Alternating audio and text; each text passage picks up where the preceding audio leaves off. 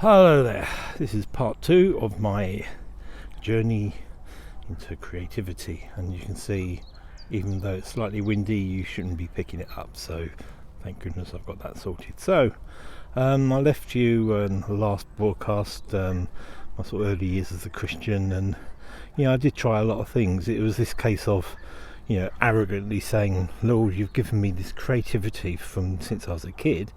Now that you've brought me into your kingdom, here's what I'm going to do. I'm going to do this, I'm going to do that. And of course you're going to bless it, because let's face it, you've made me this way, and now it's up to me. And it took me many years before I learnt my lesson on that one.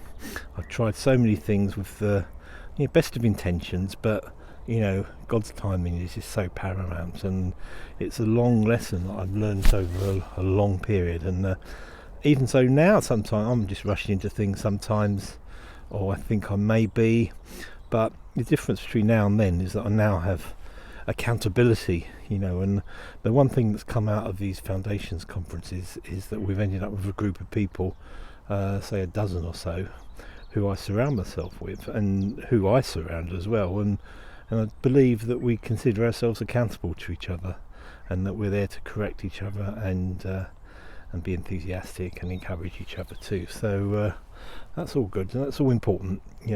God does not want mavericks.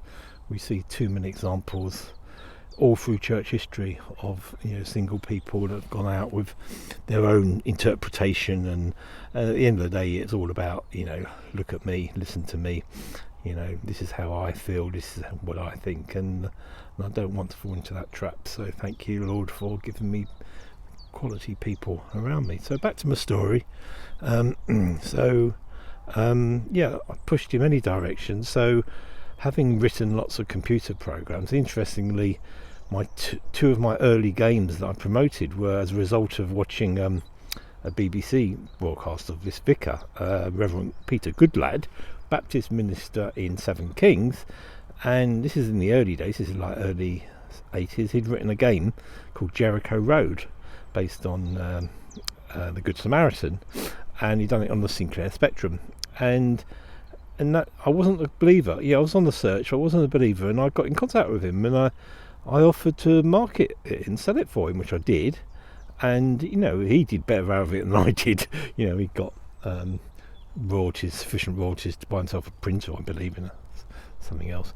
And I managed to get his game promoted through W.H. Smith's and Boots the Chemist, and it got a few good reviews as well. It was a very simple text adventure game. It was followed by one called Galilee, and it's just interesting. So I was the first person, a Jewish non-believer, who was the first person to promote Christian computer games to the popular, to the population. Well, when I did become a believer, I went further along those lines and produced a whole string of software projects, games and whatever. Firstly, Kit and I did this absolutely massive encyclopedia called eMessianica. I designed it, he programmed it. Absolutely incredible. We had features in there that weren't even on Encyclopedia Britannica. We had features where people could actually add to an encyclopedia online, which was unheard of in those days. But because of the way I am, and Kit's similar to me, we didn't promote it enough, and we didn't sell enough. I put so much into it, and we both did it free of charge. Came to nothing. So that's been the story of my life. It's not just about producing, it's about other people, those who are better at it, to actually promote what you're doing. So anyway, that's the Messianica. Then I got in contact with Lion Publishing at that time. I did the Lion Handbook of Bible and Christianity, which is a book that they do. That I did a computer game called Conflict in Jerusalem, which I'm still extremely proud of, a text adventure, and also one for kids called Risen. We did Discover the Truth, systematic theology with a Pentecostal minister. Did with Hodders, did the thematic study Bible for the NIV, and things along. And Jesus Story Begins. That was a super animated plus video and all that stuff, with the story of the Nativity, I believe, all for Lion Publishing. So anyway, then, and of course, other things, Saffron Planet was an idea I had, unheard of at the time, especially in Christian circles. A group of people sitting around a table, chatting away, mic'd up, and broadcasting it on the web. I did that with lousy microphones, but people sat up and listened, and we went to a media conference and showed it, and the head of Transworld Radio, lovely bloke, still there, ended up giving us £5,000 to buy decent equipment and to do a proper job of it, which we did. He gave us a half-hour slot on his channel, which he quickly dumped us after we broke too many regulations. We were a bit avant-garde and stream of consciousness, and you'll see it, you can still see it on the Salt Shakers website if you look at the Saffron Planet original discussions. Out of that came Foundations conferences, where I just use that as a training ground for all the principles I was writing about to do with Hebraic Church and form and function. It was, this is all my creativity. I finally had a platform for it, even though around about 1,000 people, or maybe not quite so many, came through the books for Foundations, because we had about 26 conferences.